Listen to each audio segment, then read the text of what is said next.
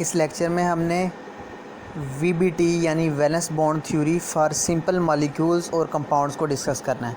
BSc के students को अच्छी तरह पता होगा कि बीएससी में इनऑर्गेनिक में दो किस्म की वीबीटीज़ हैं। ये वाली वीबीटी है फॉर सिंपल मॉलिक्यूल्स और कंपाउंड्स, जबकि जो डी ब्लॉक में वीबीटी है वो है वीबीटी फॉर कम्प्लेक्सेस या फिर वीबीटी फॉर कोऑर्डिनेशन कंपाउंड्स। तो उनमें फ़र्क याद रखना है, ठीक है।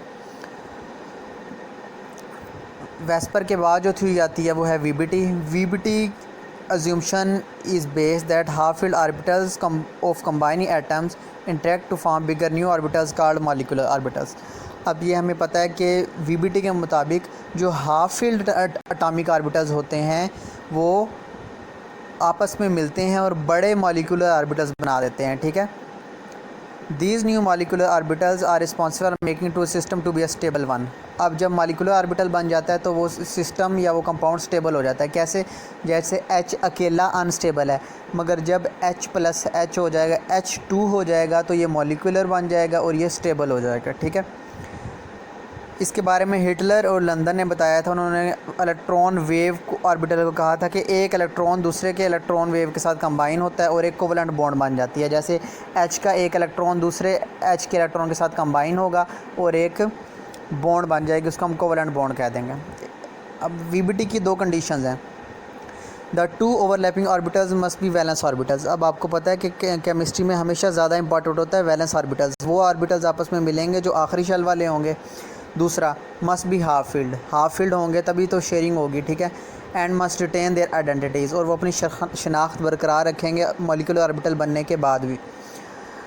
जो वैलेंस ऑर्बिटल्स के अलावा बाकी तमाम ऑर्बिटल्स हैं वो अनडिस्टर्ब्ड रहेंगे, ठीक है। सेकंड, हाफ फील्ड ऑर्बिटल्स को इतना करीब आ जाना चाहिए कि वो दूसरे ऑर्बिटल के साथ प्रॉपर अरेंजमेंट में आ जाएंगे, तब मॉलिक्यूलर ऑर्बिटल बनेगा, ठीक है। ऐसे नहीं कि एक H इधर पड़ा है दूसरा H 1 किलोमीटर दूर पड़ा है तो तब नहीं। वीबीटी को में जो मेन कंसेप्ट है वो है हाइब्रिडाइजेशन, ठीक है। हाइब्रिडाइजेशन को समझने के लिए उससे पहले सिग्मा और पाई बॉन्ड को समझाया गया ताकि आपको इनका फ़र्क पता हो। हमेशा याद रखना है जिन एटम्स में सिंगल बॉन्ड होता है ना, वो बॉन्ड होता है सिग्मा बॉन्ड। यानी हमेशा जो पहला बॉन्ड बनता है ना सिंगल बॉन्ड, वो होता है सिग्मा बॉन्ड। और जिसमें डबल बॉन्ड हो तो फिर दूसरा बॉन्ड पाई होगा, और जिसमें ट्रिपल बॉन्ड हो तो उसमें दूसरा और तीसरा पाई होगा। यानी पहला बॉन्ड सिग्मा होता है, बाद वाले बॉन्ड्स को हम पाई बॉन्ड कहते हैं। अब सिग्मा बॉन्ड को सिग्मा सिंबल से रिप्रेजेंट करते हैं, पाई बॉन्ड को पाई सिंबल से। A molecular orbital which is symmetrical about the line joining the two nuclei and is occupied by a pair of electrons is called sigma molecular orbital and the linkage thus established is called sigma bond। ऐसा molecular orbital जो कि nucleus को जोड़ने वाली जो line होती है उसमें एक तरतीब के साथ मौजूद होता है, सिमेट्रिकल, यानी दोनों एक सिमेट्री में होंगे, ऊपर नीचे नहीं होंगे। जैसे ये आप एस में देख रही हो, ओवरलैप एक जैसा हो रहा है, तो ये सिग्मा बॉन्ड होगी। आल सिंगल बॉन्ड और सिग्मा बॉन्ड, अभी आपको बताया तमाम सिंगल बॉन्ड सिग्मा बॉन्ड होंगी। A bond in which electron distribution concentrated along internuclear axis and possess axial symmetry is called sigma bond, ठीक है। इंटरन्यूक्लियर एक्सिस कौन से? ये वाला, ये जो दरमियान में डार्क किया हुआ है ये वाला सिग्मा बॉन्ड, ठीक है। एस में इसको हम कह देंगे सिग्मा बॉन्ड। अब इसको देख लेते हैं। सबसे पहले एस और एस, यानी जब एस और एस सब शेल का ओवरलैप हो तो ये सिग्मा बॉन्ड इस तरह की शेप होगी। एस और पी का होगा तो एस पी, ये भी सिग्मा बॉन्ड, और पी और पी ओवरलैप हो तब भी सिग्मा बॉन्ड। ये डिफरेंट शेप्स बताई गई हैं आपको, इसको मेन आपको पता होना चाहिए। Next H F.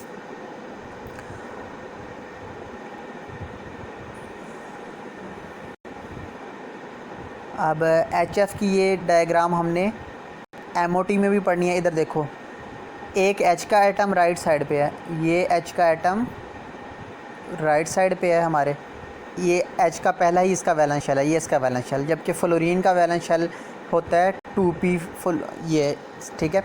अब फ्लोरीन का एटॉमिक नंबर होता है 9, 1s2 2s2 2p5, तो ये बन जाता है 9 मगर 9, ठीक है। मगर ये जो है फ्लोरीन, इसका जो ग्रुप नंबर है वो है 7, तो 2s और 2p आ जाएगा इसका valence shell.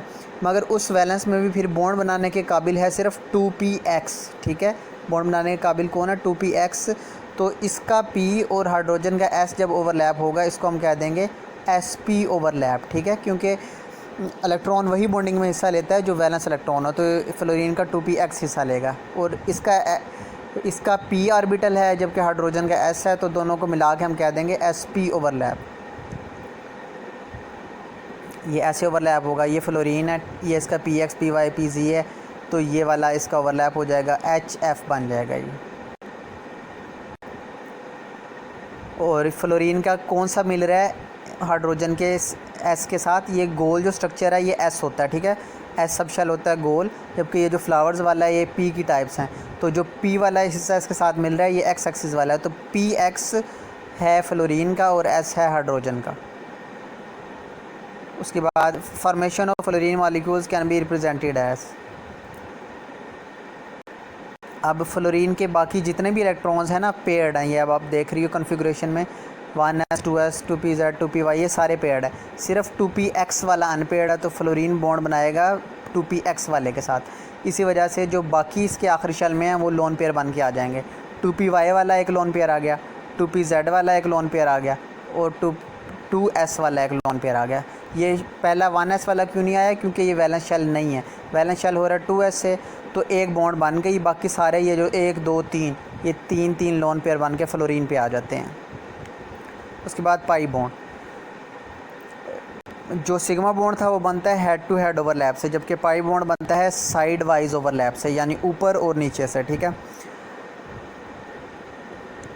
Pi bond orbital involve overlap both lobes of p orbitals where a sigma bond take place in a single region, ठीक है। सिग्मा बॉन्ड सिर्फ एक सिंगल रीजन में ओवरलैप होता है, जबकि पाई बॉन्ड 2 रीजन्स में ओवरलैप होता है, ठीक है। नीचे अभी हम देखेंगे डायग्राम में, सिग्मा मॉलिक्यूलर ऑर्बिटल में नोडल प्लेन नहीं होता, ठीक है, जबकि पाई मॉलिक्यूलर ऑर्बिटल में एक नोडल प्लेन होता है और ये ऑर्बिटल को 2 हिस्सों में डिवाइड कर देता है।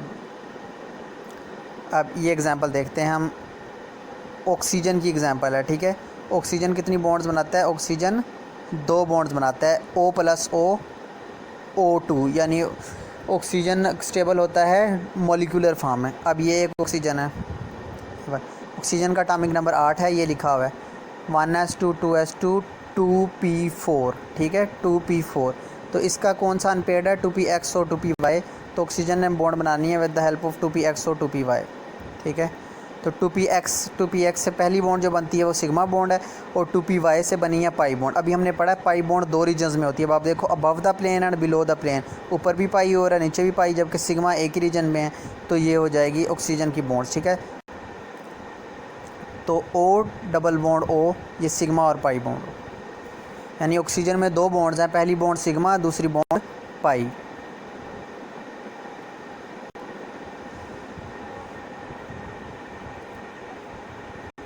ये देखो अब ज़रा, ऑक्सीजन में 2 बॉन्ड्स हैं और वो कौन कौन सी है, 2py और 2px से बनाई है 2 बॉन्ड्स, बाकी जो है आखिरी शेल में इलेक्ट्रॉन्स वो लोन पेयर बन के आ जाएंगे, ठीक है। आखिरी शेल से गिनना शुरू करना 2s से, तो 2 लोन पेयर आ जाएंगे एक ऑक्सीजन पे, 1 2 1 2। इसके बाद हाइब्रिडाइजेशन ऑफ ऑर्बिटल्स की तरफ आना है, ये भी लॉन्ग क्वेश्चन है। ऑर्बिटल हाइब्रिडाइजेशन पालिंग और स्लेटर ने डिस्कवर की थी, ठीक है। ऑर्बिटल्स आपस में मिलेंगे तो हाइब्रिड ऑर्बिटल्स बन जाएंगे, हाइब्रिड ऑर्बिटल्स डायरेक्शनल होंगे और उनकी सेम एनर्जी होगी। Total number of hybrid orbitals formed is equal to number of atomic orbitals mixed. जितने एटॉमिक ऑर्बिटल्स आपस में मिक्स करेंगे उतने हाइब्रिड ऑर्बिटल्स बनेंगे। अब हमने इधर डिफरेंट टाइप्स ऑफ हाइब्रिडाइजेशन पढ़नी है। ज़्यादा जो लॉन्ग क्वेश्चन आता है ना वो इन्हीं में से आता है। पहले तो हमने जो पढ़ा है ना वो भी इंपॉर्टेंट है, मगर वो इसी का कंसेप्ट है वीबीटी का। असल जो वीबीटी शुरू होती है वो हाइब्रिडाइजेशन के कंसेप्ट से हो रही है। तो हमें ये वाली इसकी टाइप्स आनी चाहिए, sp sp2 sp3 d sp2 d sp3 और d2 sp3 sp3 d3। Hybridisation किसको कहते हैं, orbitals of nearly equal energy और शेप आपस में मिलती हैं और नया सेट ऑफ ऑर्बिटल्स बना देते हैं जिनकी एनर्जी और शेप सेम होती है, उसको कह देते हैं हाइब्रिडाइजेशन। सबसे पहले sp हाइब्रिडाइजेशन। अब sp हाइब्रिडाइजेशन की मिसाल आपने ज़ुबानी याद रखनी है, कौन सी है, BeCl2।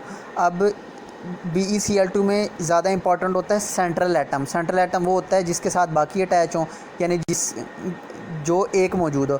अब Be अकेला मौजूद है, ये सेंट्रल एटम है। तो अब आपको ग्रुप नंबर पता हो, दूसरे ग्रुप का कोड है Bmg का सर बड़ा, और दूसरे ग्रुप के आखिरी शेल में 2 इलेक्ट्रॉन होते हैं। तो अब बेरिलियम को देख लेते हैं, ठीक है। बेरिलियम का एटॉमिक नंबर 4 है, 1 2 3 4, ठीक है। School public school public division school, वो वाला फार्मूला याद रखना है आपने। तो बेरिलियम का एटॉमिक नंबर है 4, ये हो गया 4। मगर बेरिलियम का वैलेंस शेल क्या है, कितने इलेक्ट्रॉन है, 2, क्योंकि बेरिलियम दूसरे ग्रुप में है। तो 2s वैलेंस शेल है, ये बॉन्डिंग में हिस्सा लेगा, 1s हिस्सा नहीं लेगा। तो ग्राउंड स्टेट के बाद आई एक्साइटेड स्टेट में एक 2s चला गया 2p के अंदर, ठीक है। फिर आती है हाइब्रिडाइज स्टेट, ये s और ये p आपस में मिलते हैं और बन जाती है sp हाइब्रिडाइजेशन। ये एक s और एक p जो अनपेयर्ड हैं वो आपस में मिलते हैं और sp हाइब्रिडाइजेशन हो जाती है। sp हाइब्रिडाइजेशन में कितनी बॉन्ड्स बन सकती हैं, 1, 2।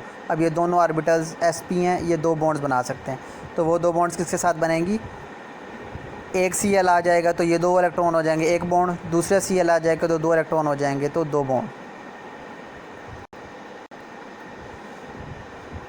इसको sp हाइब्रिडाइजेशन को हम डायगोनल हाइब्रिडाइजेशन भी कहते हैं। तो अगर डायगोनल हाइब्रिडाइजेशन आ जाए वो इसी का दूसरा नाम है। और इस हाइब्रिडाइजेशन में एंगल कितना होता है, 180 एंगल होता है। ये एंगल आपने याद रखना है। इस हाइब्रिडाइजेशन में कितना एंगल है, 180। ये देखो ज़रा, ये सीधा जा रहा है तो इस एंगल को हम कहते हैं 180, यानी sp हाइब्रिडाइजेशन में 180 एंगल होता है। अब BeCl2 आ जाए तब भी यही हाइब्रिडाइजेशन है, ठीक है। BeI2 आ जाए तब भी यही हाइब्रिडाइजेशन है। BeBr2 आ जाए तब भी यही है। BeF2 आ जाए तब भी sp हाइब्रिडाइजेशन है, ठीक है। क्यों, क्योंकि इन सब में सेंट्रल एटम तो सेम है और जो साथ लगा हुआ है वो भी सेम ही ग्रुप का है, तो हाइब्रिडाइजेशन इन सब में सेम होगी।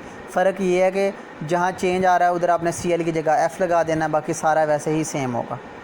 उसके बाद sp2 हाइब्रिडाइजेशन, इसमें मिसाल आ जाती है BF3 की, ठीक है। इस हाइब्रिडाइजेशन का दूसरा नाम है ट्राइगोनल हाइब्रिडाइजेशन। इसमें BF3 की मिसाल है। तो सेंट्रल एटम कौन सा है, बोरोन। बोरोन का एटॉमिक नंबर होता है 5, मगर इसका ग्रुप नंबर है 3, यानी इसके आखिरी शेल में 3 इलेक्ट्रॉन होंगे। अब बोरोन को देखते हैं, 1, 2, 3, 4, 5, ठीक है। बोरोन का क्या हो गया, 1, 2, 1, ये हो गई बोरोन की ग्राउंड स्टेट में हाइब्रिडाइजेशन, 1, 2, 3, 4, 5। ये sp2 हाइब्रिडाइजेशन, इसमें बोरोन की बुक पे ड्रा नहीं हुई, मगर वो मैंने इधर शो की है, आप लोग इधर से देख सकती हो। तो आपने ये लाजमी ड्रा करनी है, ठीक है, क्योंकि उसने इसलिए ड्रा नहीं की, वो एक्सपेक्ट कर रहा है कि आपको पिछला कंसेप्ट आ गया है। तो इस तरह स्टेप बाय स्टेप इसको ड्रा लाजमी करना है, ठीक है। बोरोन की हाइब्रिडाइजेशन BF3 वाली, इसको लाजमी इस तरह ड्रा करना है। बोरोन ये वैलेंस शेल हो जाएगा 2s2 2p1। वैलेंस शेल कैसे पता लगता है, बोरोन तीसरे ग्रुप में, आखिरी शेल में 3 इलेक्ट्रॉन है, तो 3 इलेक्ट्रॉन जहाँ पूरे हो रहे हैं वहाँ से हमने अंडरलाइन कर लेना है। फिर वैलेंस शेल ही लिखते हैं। छोटी क्लासी में लिखा होता है, कुछ जगह पे शुरू वाला भी लिखा होता है, मगर वो बॉन्डिंग में हिस्सा नहीं लेता, हमेशा बॉन्डिंग में वैलेंस शेल हिस्सा लेता है। तो पहले ग्राउंड स्टेट आ जाएगी, एक्साइटेड स्टेट में एक s जंप करके p में चला जाएगा। तो फिर हाइब्रिडाइज स्टेट में sp2, 3 सिंगल थे तो दूसरा इलेक्ट्रॉन आ जाएगा फ्लोरीन फ्लोरीन फ्लोरीन का, तो BF3, 3 बॉन्ड्स बन जाएंगी। 120 एंगल होता है इसमें, और इसको ट्राइगोनल हाइब्रिडाइजेशन भी कहते हैं या फिर sp2 हाइब्रिडाइजेशन भी कहते हैं।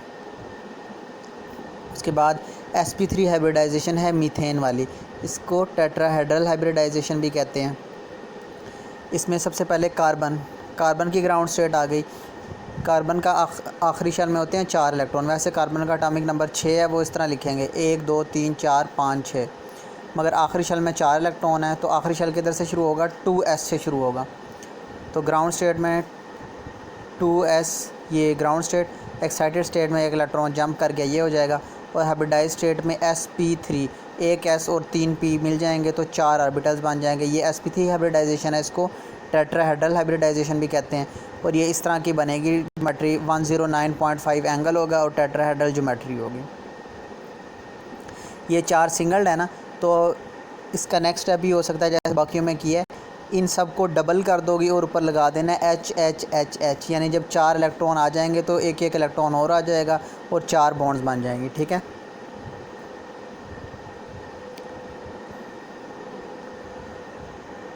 उसके बाद ये वाले जो है ना हाइब्रिडाइजेशन इन्वॉल्विंग d ऑर्बिटल्स, ये नीचे वाली आसान है, पहले वाली इधर मुश्किल है। क्यों?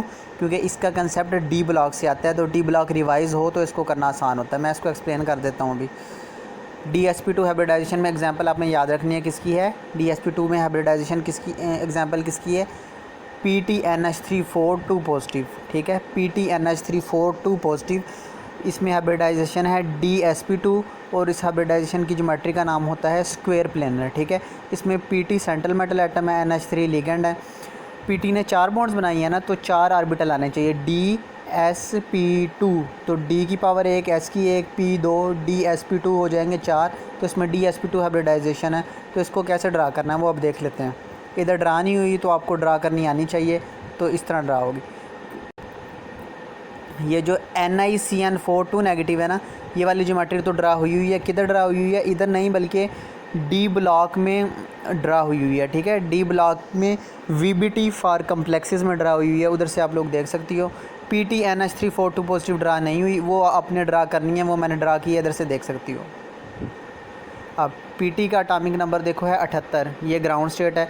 ग्राउंड स्टेट में जब इतना ज़्यादा एटॉमिक नंबर होता है तो हम नियरेस्ट नोबल गैस को कॉमन लेते हैं। तो ज़ीनोन 54 एटॉमिक नंबर वाली कॉमन ले ली। अब 54 कवर हो गया, बाकी अब 4F14, 54 में 14 ऐड करें तो 68, 68 और 10 78 पूरा हो गया। ये तो ग्राउंड स्टेट थी। उसके बाद आती है एक्साइटेड स्टेट। एक्साइटेड स्टेट में +2 हो गया, यानी 78 की बजाय 76 इलेक्ट्रॉन्स रह जाएंगे। अब उसको देख लेते हैं। 4F14 5D8, ये वाली हाइब्रिडाइजेशन होगी एक्साइटेड में। अब कम्प्लेक्सेस में क्या फ़र्क होता है? जो बाकी सिंपल मॉलिक्यूल्स हैं ना, उनमें वो वाले ऑर्बिटल्स हाइब्रिडाइजेशन में हिस्सा लेते हैं जिनमें सिंगल इलेक्ट्रॉन मौजूद हो, ठीक है। जबकि कम्प्लेक्सेस में जो खाली ऑर्बिटल होते हैं ना, वो हिस्सा लेते हैं, क्योंकि उन खाली ऑर्बिटल्स में लिगेंड अपने 2 के 2 इलेक्ट्रॉन डोनेट कर देता है और कोऑर्डिनेट कोवलेंट बॉन्ड बनती है, ठीक है, क्योंकि इसमें दोनों के दोनों लिगेंड डोनेट करते हैं। अब इसमें देखो, ये 4F के होते हैं 7 ऑर्बिटल्स, ये मैंने 4F ड्रा कर दिया। उसके बाद 5D ड्रा कर दिया, 4F के बाद 5D ड्रा कर दिया, 5D के बाद 6S और 6P खाली थे, ठीक है। तो अब 4 लिगेंड है, 4 देखो जब अटैच होंगे तो 1D, 1S और 2P, क्या नाम हो जाएगा? DsP2 hybridisation. तो DsP2 हाइब्रिडाइजेशन को क्या देते हैं हम? Square planar hybridisation. ये हो गया कवर। उसके बाद DsP3 होती है PCl5 में। PCl5 में सेंट्रल मेटल एटम फॉस्फोरस है, तो इसका एटॉमिक नंबर और वैलेंस शेल पता हो और इसकी हाइब्रिडाइजेशन भी ड्रा करनी है। कैसे ड्रा होगी वो देखो जरा। फॉस्फोरस का एटॉमिक नंबर है 15, 1s2 2s2 2p6 3s2 3p3।